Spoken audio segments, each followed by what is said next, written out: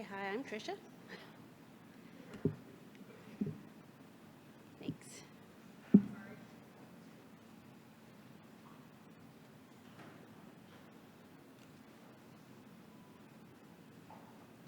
Ready from start. Okay.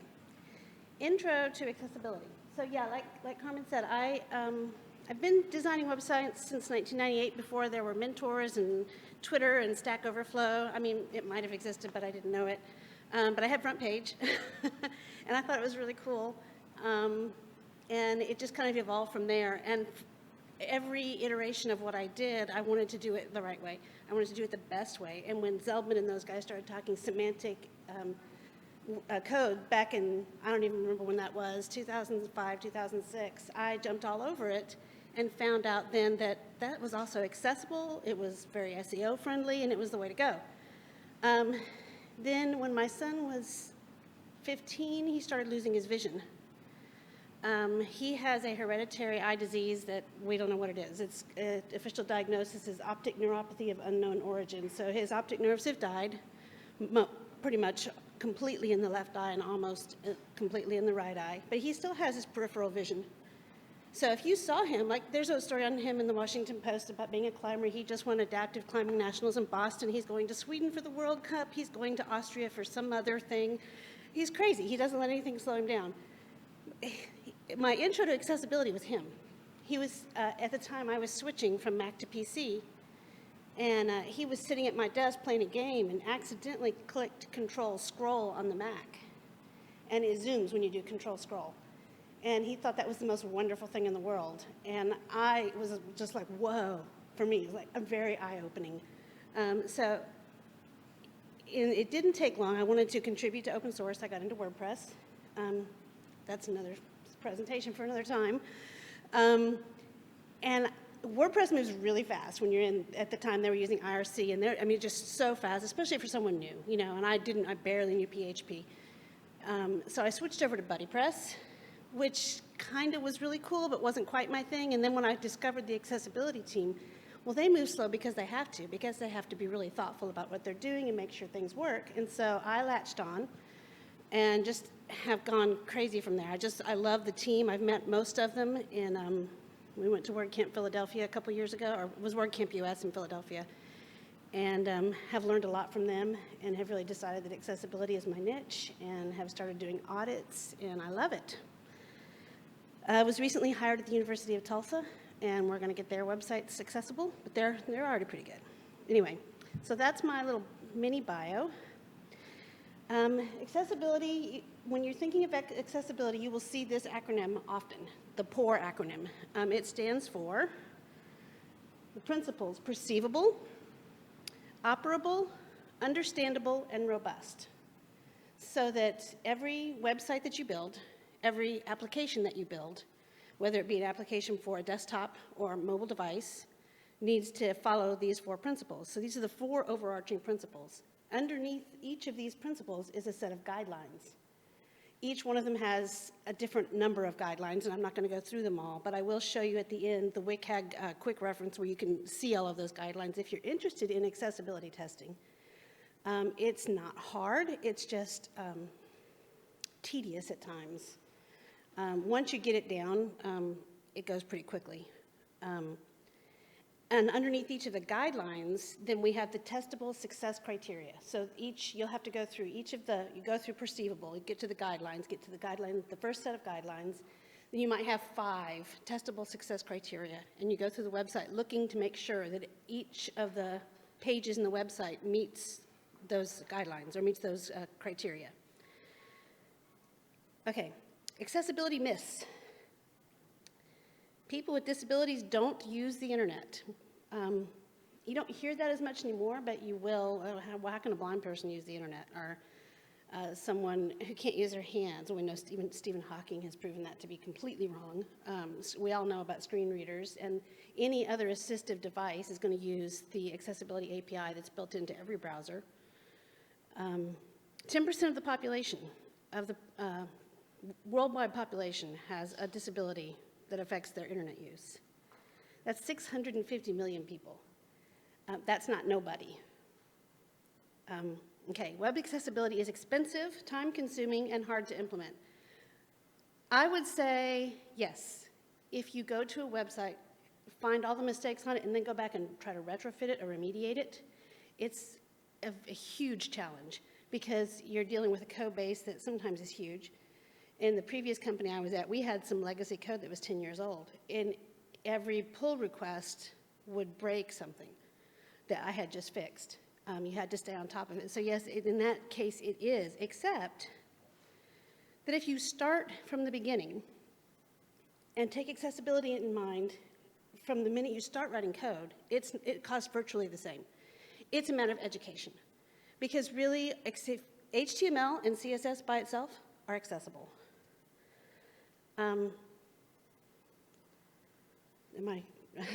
Yeah, excessive cost comes in remediation. I will have to say, I did not go through this like I normally do because I was pumping this out on the fly, so if I stumble a bit, that's why. There is no accessible HTML. There is no accessible CSS. HTML on its own, written properly, is accessible. CSS on its own, written properly, is accessible. It is when we as developers break it. We as developers, and with our fancy JavaScript, we break it. We don't take into consideration that a div by itself doesn't mean anything to a screen reader.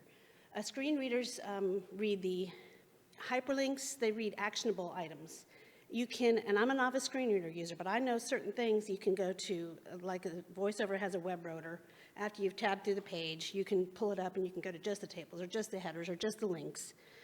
I've seen people use screen readers who are adept at it, and as long as it's coded properly, they can get around. Okay, and then, so we want to look at a website that's older, or one that we've inherited through a new job or whatever, and we want to make sure it's accessible. So we pull out our testing tool, Wave, or a new one called Axe. There's so many out there. We run it through our testing tool, fix all the errors the testing tool shows us, and we think that's enough, but it's not. Because an accessibility tool, I've heard 25%, I've heard 30%, I've heard 20 to 50%, it doesn't catch everything. It catches what can be tested. It requires manual testing. So, and even some of this second one goes that 35% can be tested to provide guidance. So I get a lot of false positives. We had one that we did for a school district. We kept getting an accessibility error on the Google custom search input. But it was okay, there was nothing wrong with it, but it would not let us get past it. It kept saying it was an error. I'm like, we're just gonna chalk that up to a false positive and move on.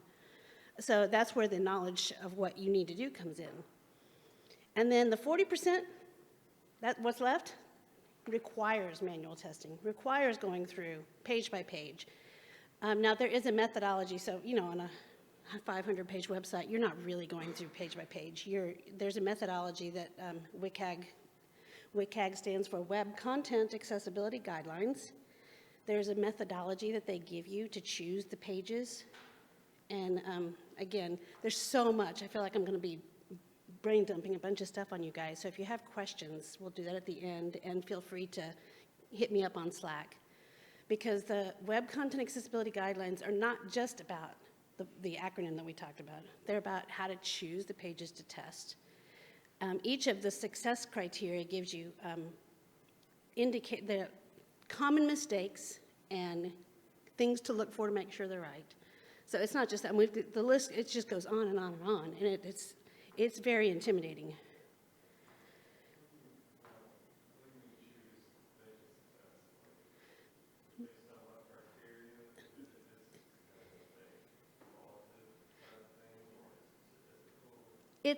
So he's asking about how do we choose which pages to test? It has to do with code repetition. In a WordPress website, which is what I build, we have a header, we have a footer, and then we have page templates. We have page.php, single.php, archive.php, and then we might create some custom templates. That's the first place I'm going to look. That might have 50 pages generated from single.php, but I only need to test that one. Now the home page is always going to be testable because that's where your little widgets and stuff come in that are generally broken. And then any custom templates, you might have 20 pages built from a custom template. You're just going to test that one. You're only going to test the body area because you only have to test the header and the footer one time. So you're going to break it up and you're going to make sure that you get everything covered without repeating yourself and making it too tedious. Now, most content management systems are similar, so it would be something like that. Or even if you're not using a content management system, you know your code base well enough to identify the repetition in the code. So next, because we're at FreeCodeCamp and Nerdy Girls and we're learning to code, and the best way to teach people to do accessibility the right way is to start at the beginning, I thought I'd show you some code samples. And this is super basic, and it comes from, I just pulled out some samples from a website called teachaccess.org. This is worth writing down, teachaccess.org. It's an initiative that's been recently started by, my contact there is Larry Goldberg from formerly Adobe, which I don't know what they are now. Not Adobe, I'm sorry, Yahoo. And then there's Facebook and Adobe and Paciello Group, and more. A lot of big names have come together. Their goal with teachaccess.org is to get accessibility into higher education curriculums for code, so that most of us who know accessibility are older, and we are not going to be around forever, and we need a new generation to come up, because accessibility isn't just about people with disabilities. And I would argue that it's not the person with a disability, it's the environment itself that provides that disability. It is about inclusion. It's about making sure that the code that you write works for everybody who would visit your site, everybody who would use your app. And it is not hard if you start at the beginning. So that is their initiative. And they have, if you go to their website and look on the initiatives link at the bottom, there is a tutorial that someone wrote for them. It's on GitHub pages. And I pulled some of these code samples from that tutorial. So we'll start with headings, probably the easiest thing to start with. It's super important for a screen reader user, because on VoiceOver I can hit Command H and I can go to the first heading on a page. And I can keep hitting that, and I can keep going through the headings, and that's my overview, that's my summary. I can't see the page, I don't know what's on it, but my headings can tell me which section I want to jump to read. So headings provide structure. It's important to do headings in the proper semantic order, and this is where content management systems make it really difficult. And plugins for content management systems have such a hard job, because we don't know where we're going to land on a page. We want a heading tag in our plugin, but we don't know if we're going to be at the top of the page, middle of the page, bottom of the page, or on the sidebar. So there's some, even when you're building something like with WordPress or Drupal, you're going to have to go in and maybe modify the code. Yeah? H1, H2, H3. Yeah.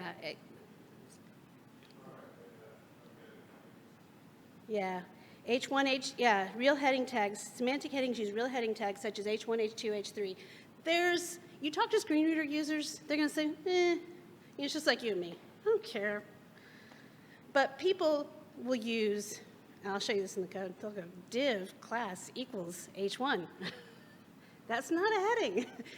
The screen reader will not see it. It'll skip right over it. It's not a focusable element.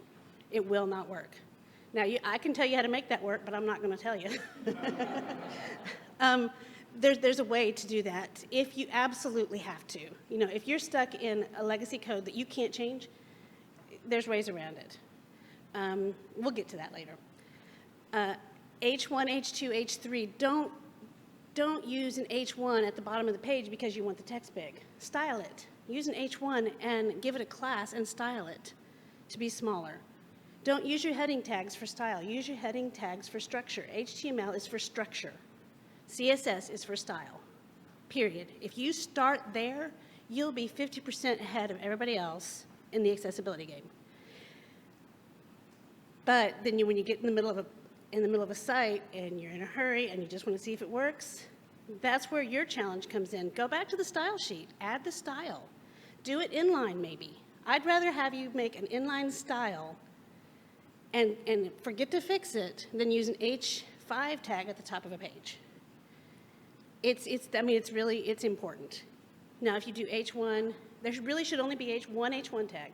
If you do H2, H2, H2, H3, H4, that's okay. If you skip an H3, you're not going to have a screen reader user yelling at you. It's just, as a general rule, stay in that semantic order and try to make sure there's only one H1 tag on a page. And I can't, is it? Darn it. I'm going to have to shut this down. Shoot. This should work with the Wi-Fi, shouldn't it? It was working just a little bit ago.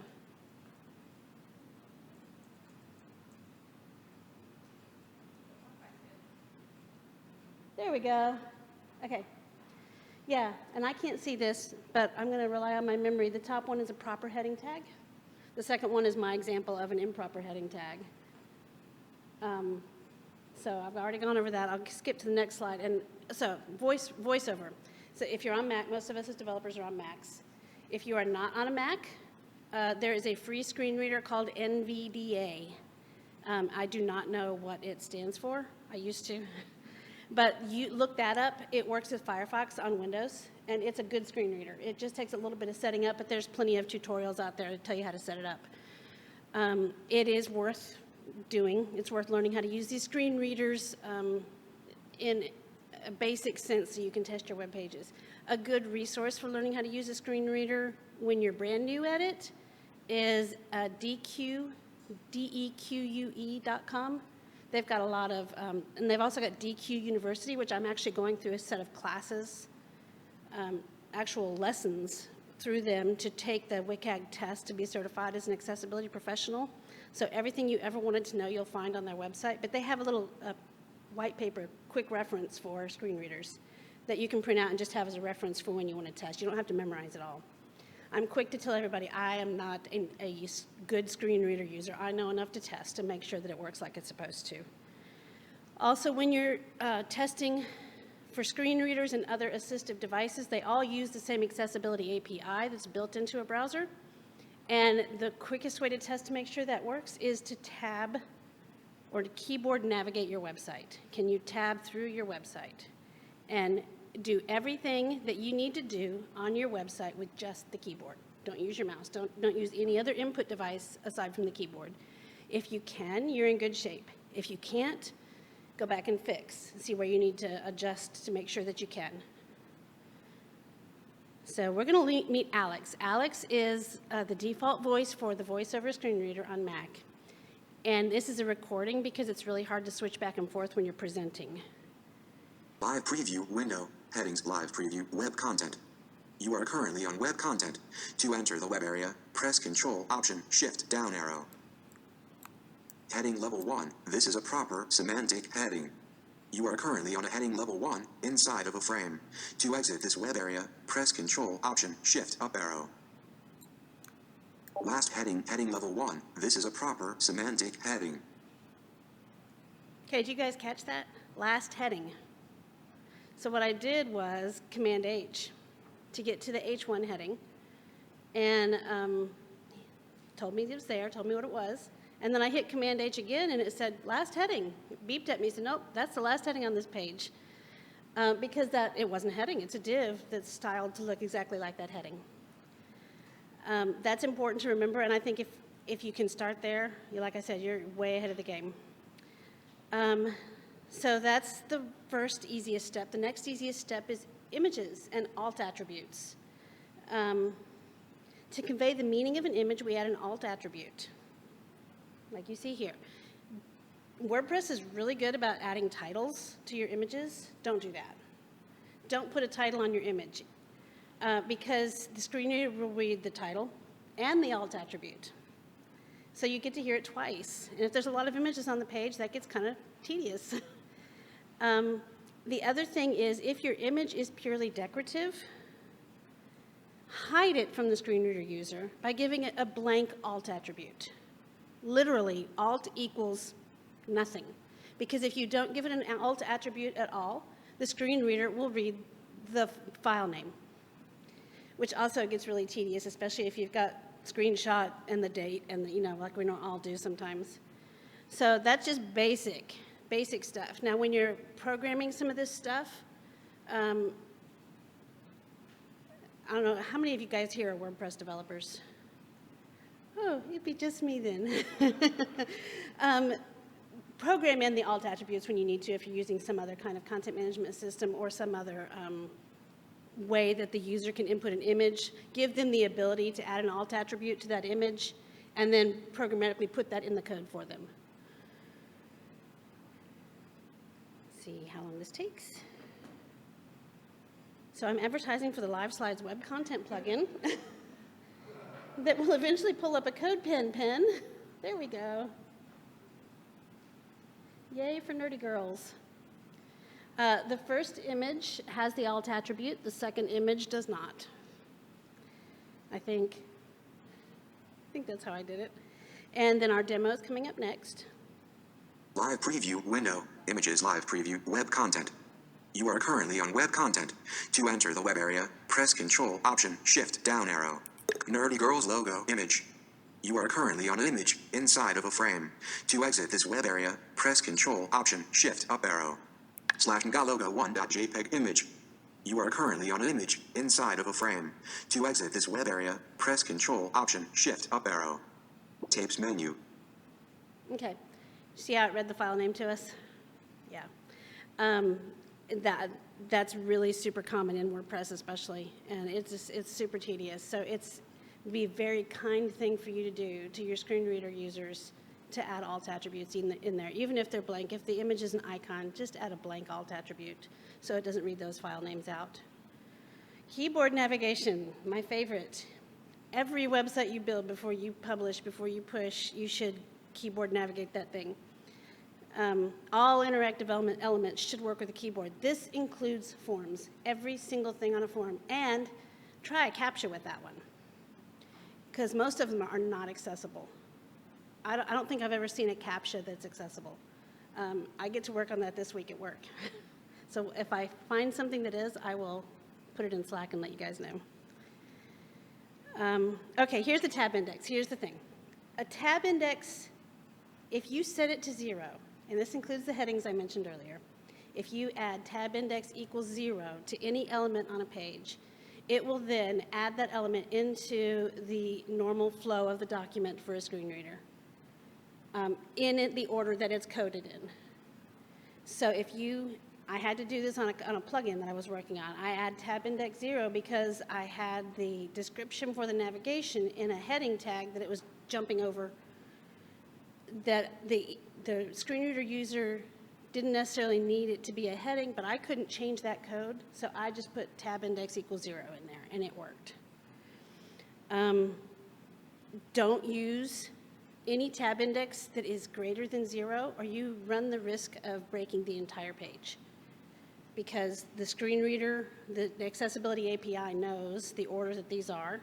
You can use -1 for JavaScript. If you want to hide a modal window or a tab or something from the screen reader user, use JavaScript to say it's a tab index of -1, then use JavaScript to give it the tab index of 0 when it's clicked on. So show hide that way.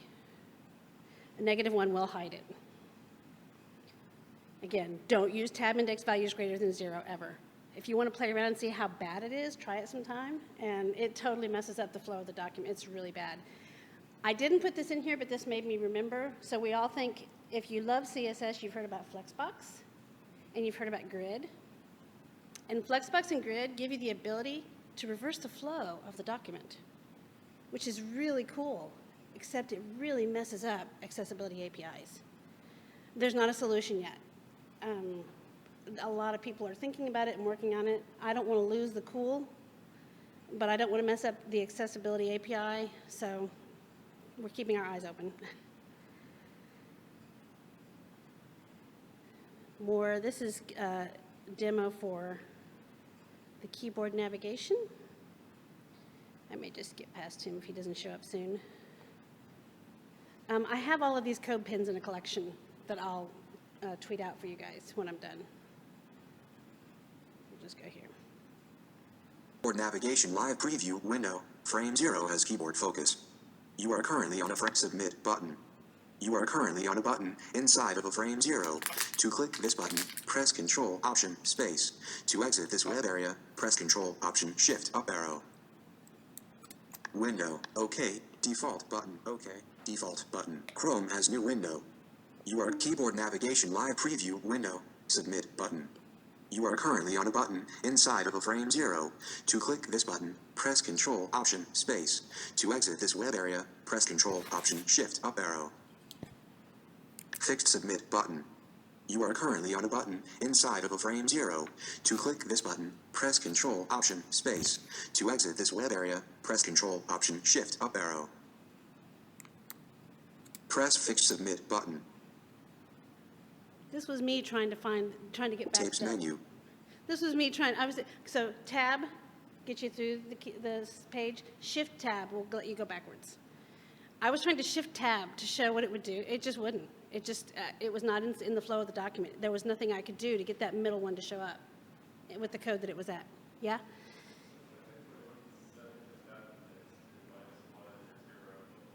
I'm sorry, what?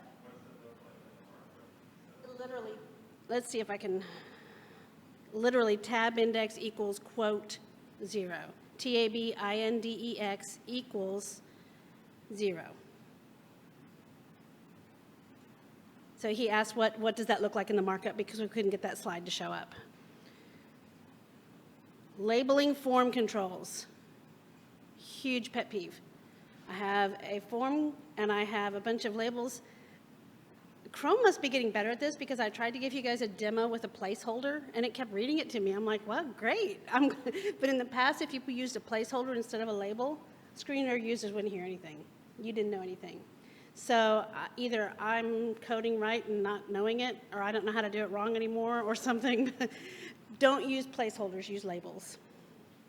Every form element should have an associated label to let the user know what to enter into the field. Other label options are webaim.org. Go to webaim.org and look up labels. They have a really cool article on all the different kinds of labels. Area-label, area described by, area labeled by, and when it's proper to use each different ones of those. I've used area labeled by to navigate something that was totally unrelated to a form because I wanted the screen reader to speak it. So I did a lot of research to figure out what was the best way to do this, and it worked. I mean, it worked. It was proper. The screen reader read it, and everything was good. So you never know what tricks you're going to pull up by kind of studying some of these little nuances. Yeah? Let's pretend for a second that you would not want to use Live preview window. Fran. You are currently on a frame. But would you recommend hiding it to keep it accessible but also maintain the look that you're going for? To hide what? Your label. If you for whatever reason didn't want to show your label, but you still want to be accessible. Yeah, that's a good question. So if you want if you have a certain design aesthetic maybe that you're going for, and the labels are ugly, and they are, I agree. One, style them. Two, there is, if you look in the HTML5 boilerplate, I think there's screen reader only text, and it's like a lot of lines of CSS to do something that only a screen reader can hear. Because we can see what needs to go in the form field. The screen reader user cannot. That would be my recommendation. So it's hidden. It's not display none because display none will not be read by a screen reader. I think they use clip path or something like that. Yeah, something like that. I don't know. Yeah, we're out of order here. Live preview window. Fran. You are currently on a frame inside of web content. To enter the web area, press Control Option Shift. So this is down our form arrow. demo. To exit this web area, press Control Option Shift up arrow. First name, edit text. You are currently on a text field inside of a frame. To enter text in this field, type. To exit this web area, press Control Option Shift up arrow. Edit text blank. You are currently on a text field inside of a frame. To enter text in this field, type. To exit this web area, press Control Option Shift up arrow. Tapes menu. Live preview window. Fran. You are Okay, that was my bad. I was playing around with these different I was trying to get this demo. This is the one I was trying to get it to not work. So I ended up having to do just the blank, and it still said blank. The code for that, if I'm remembering right, so you give your form input field an ID of name, then you give your label, say label for name, and that way they are associated by the for and the ID. Again, that's in my code pin things that will be tweeted out afterwards. Semantic Lists. This is the one that I'm probably the most tenuous at because I don't code in anything other than just a straight list. But there was a time that I had to do a combo box. So you know that select boxes are ugly, right? And you can't style them, period. You just can't. We want to make them really pretty, so we hide them with JavaScript, and then we create divs that are really pretty, that are inaccessible. So we ended up in one case, I think it's 18F, does some government work, and they made a combo box that was accessible, that used the proper markup. It's cool. I've only used that once, and I don't even actually think it went into production. So you might run across this, you might not. A semantic list, when the screen reader gets to the list, it'll read the number of elements in the list, which is cool. It helps readers understand, number of elements within the list. Provide the navigation specific to screen readers. This is where I'm a little shaky. I don't know exactly what it says because of all the different kinds of lists you can use. You can use field set, you can use legend, things like that, that we just, we don't use those every day. I have to look those up. And so next time I'm using Carmen's, it's a little faster. Let's do this. Live preview window. Frame 0 has keyboard focus. You are currently on a frame 0 inside of web content. To enter the web area, press Ctrl Option Shift down arrow. To exit this web area, press Ctrl Option Shift up arrow. List eggs, milk, bread, 3 items. You are currently on a list inside of a frame 0. To move between items in this list, press Ctrl Option right arrow or Ctrl Option left arrow. Bullet bread, 3 of 3. Bullet milk, 2 of 3. Bullet eggs, 1 of 3. Bullet milk, 2 of 3. Bullet bread, 3 of 3. List C surf Sunday, 3 items. You are currently up surf, 2 of 3. Sun, 3 of 3. End of list. You are sun, 3 of 3. Surf, 2 of 3. Sea, 1 of 3. You are currently on a text element. A house of straw, a house of sticks, a house of bricks, group. A house of straw, a house of straw. List C surf Sunday 3. A house of straw, a house of sticks, a house of bricks, group. Okay, ignore that for a second. I think the first one was a properly coded list, UL and LI. The second one was given the role area role equals list. So that's why it read it properly. The third one was just divs and spans, which is why we got what we got. So again, that you could probably do a talk on just lists. You could probably talk for an hour or two on just lists because there's so much. So I'm going to do a demo, but I realize I really kind of want this at the end because I've got a few more slides to go through. So we're just going to skip that for a second. Summary. One of the most important steps you can take is to account for accessibility throughout the development process. That means having what I just said, the demo with Axe CLI, have something like that running every time you do a push. It tests your code, like unit tests for accessibility, more or less. And Axe Core has that. There's a couple other tools out there that have it. Axe Core is free. It's put out by DQ Systems. If you follow Marcy Sutton at all on Twitter, she's one of the lead developers for Axe Core. So if you follow her, you'll kind of keep up with what's going on there. It's probably my favorite because they also have a really cool browser extension that will show you, like I'll show you my site, but my site, there's several, used to be totally false positive. Now they're just asking me, is this an issue or not? And I'm like, no, that's not really an issue. So we just skipped over it and we know from going forward that it's okay, it's a false positive, let's skip it.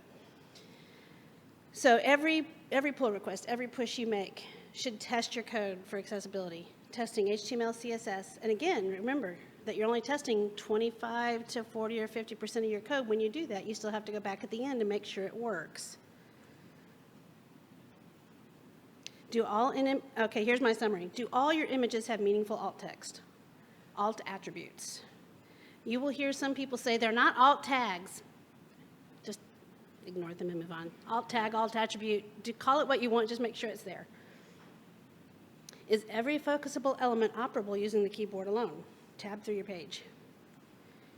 Is there a consistent, visible focus indicator when navigating using the keyboard? This is a huge pet peeve, and I'm going to speak on this at the Tech Access for designers.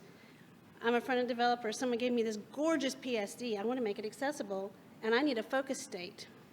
And the browser focus state is ugly, and I don't like an ugly focus state, so I have to design something. Well, first of all, it's outside my workflow. Second of all, the designer is probably going to think it's really ugly because it's usually for me a box around the element that's really visible, or it's a really bold underline, dotted underline or something. I want to be sure the user sees it. So if you're a designer, or if you know a designer, say, please design a focus state for me, for all the pages, for all the possibilities. It's another state. It's hover, it's active, it's focus. Design focus, please. Have all your controls, frames, and page titles been labeled meaningfully and uniquely? If you're using a frame, an iframe, make sure it has a title. That's really all you need to do to an iframe to make it accessible, is make sure it has a title. It's third-party content, unless it's your content. But if it's third-party content, you're not responsible for the content you're pulling in. You're responsible for the title on that frame. That's it. If custom controls or components have been implemented, have these been tested to assure that assistive technology recognizes name, role, state, and value? That's ARIA. I did purposefully avoided ARIA for this talk.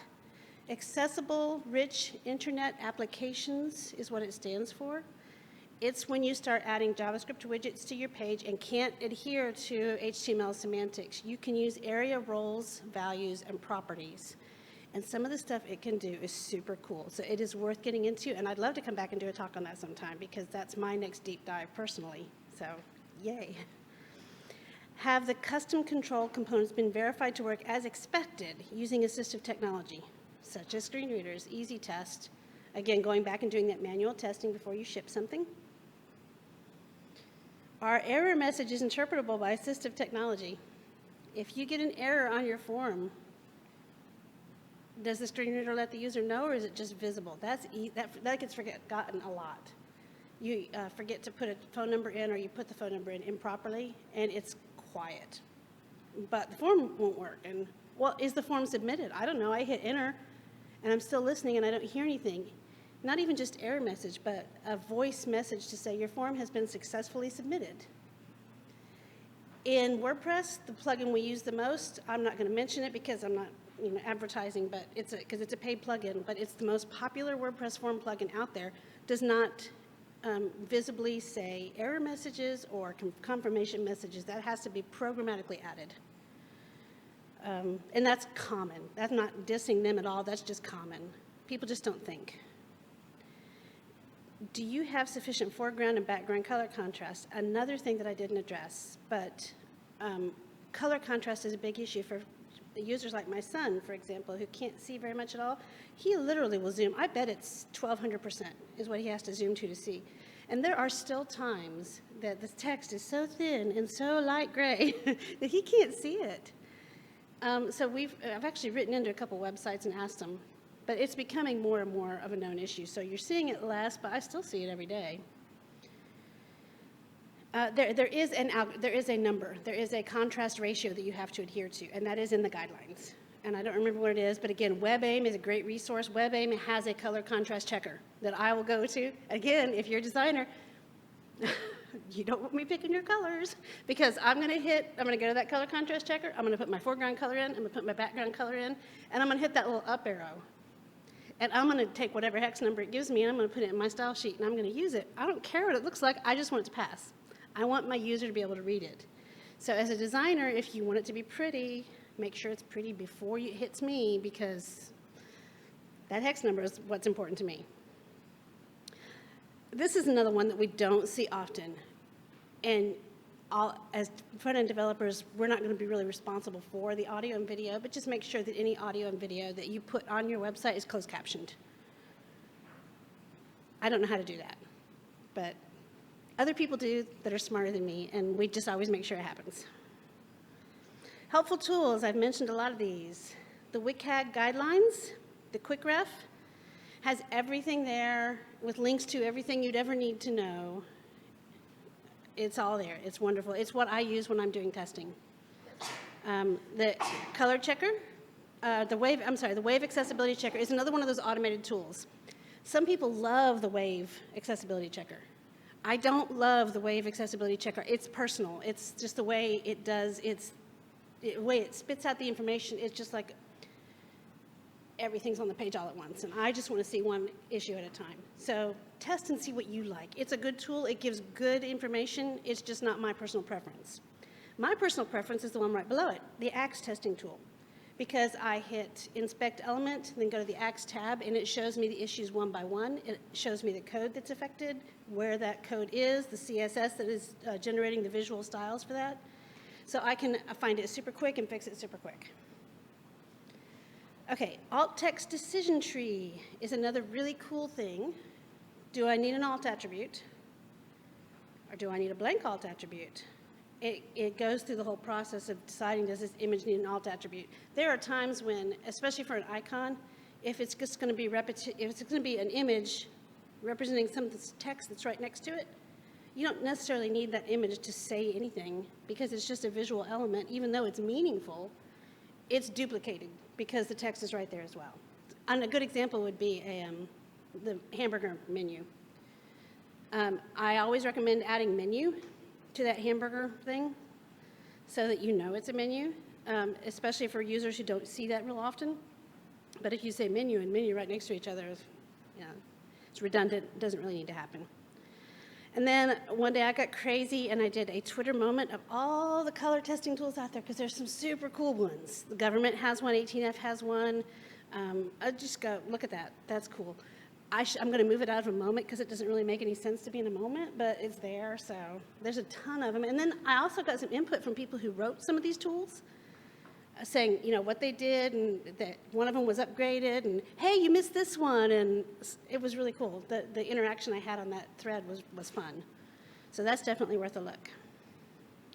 Okay, so now we're going to do my demo, I think.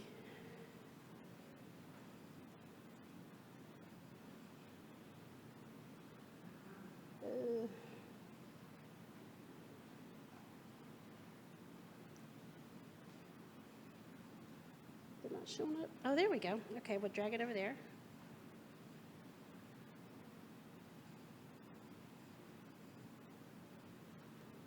Can you see? Can you guys see it now? Good, I can't see it. Hold on. Oh, no signal, just by doing that?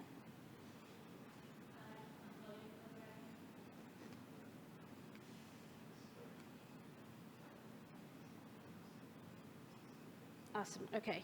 So, a lot of you guys, do you know what, have you ever heard of NPX? NPX is an NPM thing, and I just learned it this morning. It's so cool. So, we're going to test NPX. Is that showing up there, NPX? And we're going to test Axe Core, the CLI, and we're going to test my website.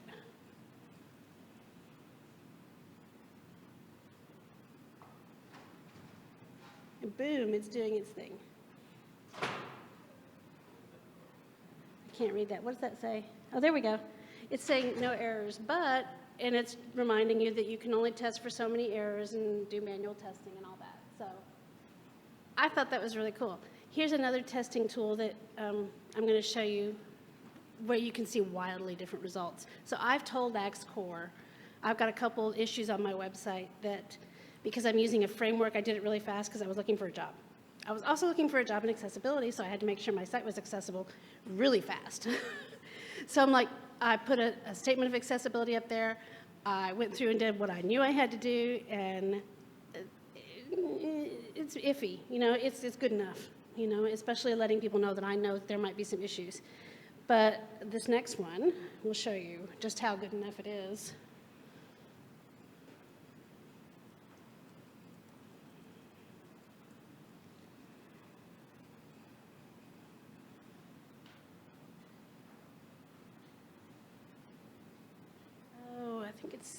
npx.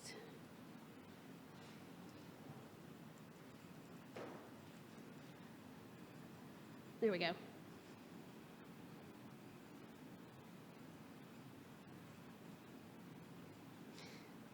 Look at all those errors and notices. Same website, different testing tool.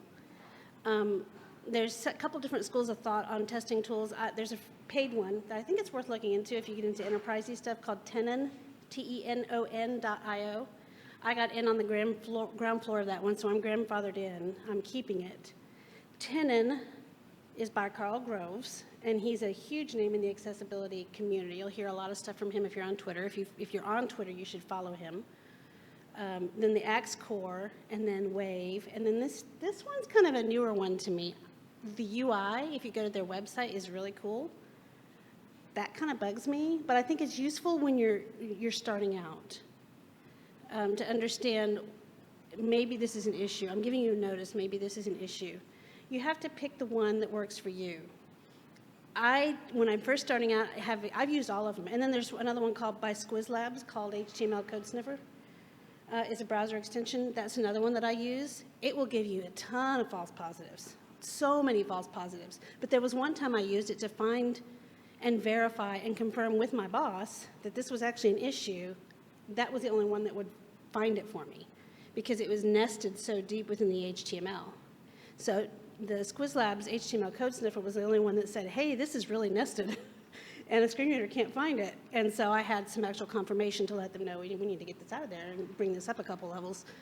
So you're going to find yourself going back and forth. There's a school of thought that says only use one testing tool and be consistent so that you know what you fixed and what's still broken. And you're leaning towards consistency there. As a newer developer in the accessibility realm, I'm still not there yet. I'm still not confident enough in my manual testing skills to do that. But I think once you get to that point, I can see the wisdom there. So that's basically it. Does anybody have any questions?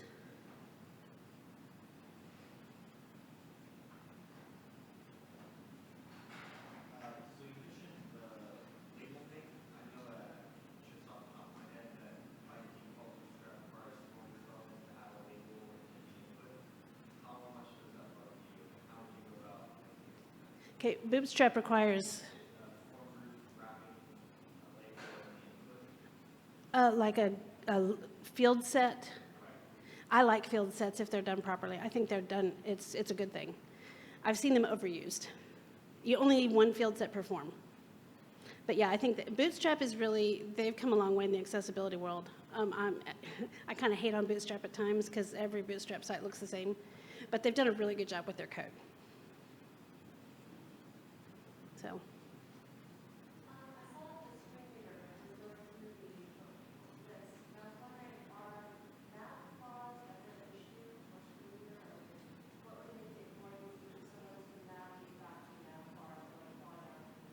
Yeah, you're asking about nav bars and menu navigation for screen readers. I intentionally avoided that. It's another all on its own kind of talk. There's a lot of stuff out there on the internet about it. In that tutorial that I mentioned for Teach Access, they have a section on menus, but I felt like it would take up a lot of time, and it's essentially just the same thing. It's nested lists. Most of the time with menus, we use ARIA roles and properties to make those work like they're supposed to for screen readers. So yeah, boy, it gets hairy depending on how big it is.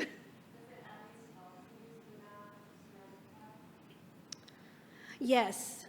I think nav is still good. There are some that have become obsolete. You used to have to say role equals on some of these things, but I think that you don't have to anymore. Every website I build, I use nav for my main navigation, the nav tag. So yeah, I definitely, but I wrap it in a UL, you know. And usually it's so nav, UL, and LI. It's been a long time since I've manually coded a menu too, so I'd have to go back and look. But I think that's another talk. That would be worth someone wanting to deep dive and learn it themselves and maybe do that here as a learning tool. It'd be kind of fun. Yeah? I went to Tulsa for Tech Fest Uh-huh. last week. There was a virtual reality talk, it was really cool. And I thought a lot about accessibility and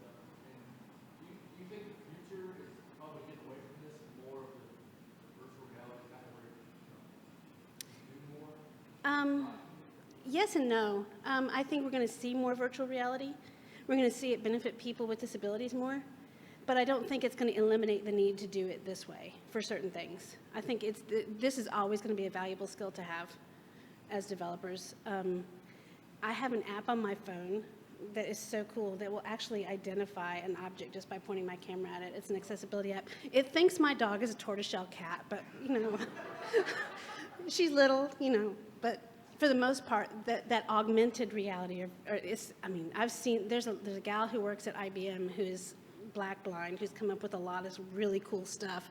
It can actually tell her, she wears a thing, it tells her what people's facial expressions are. She goes, that needs a little work, but it's just so awesome, yeah. Anybody else? Okay. Well, I'm happy to answer questions later or show you demos or whatever, so feel free. It's been fun.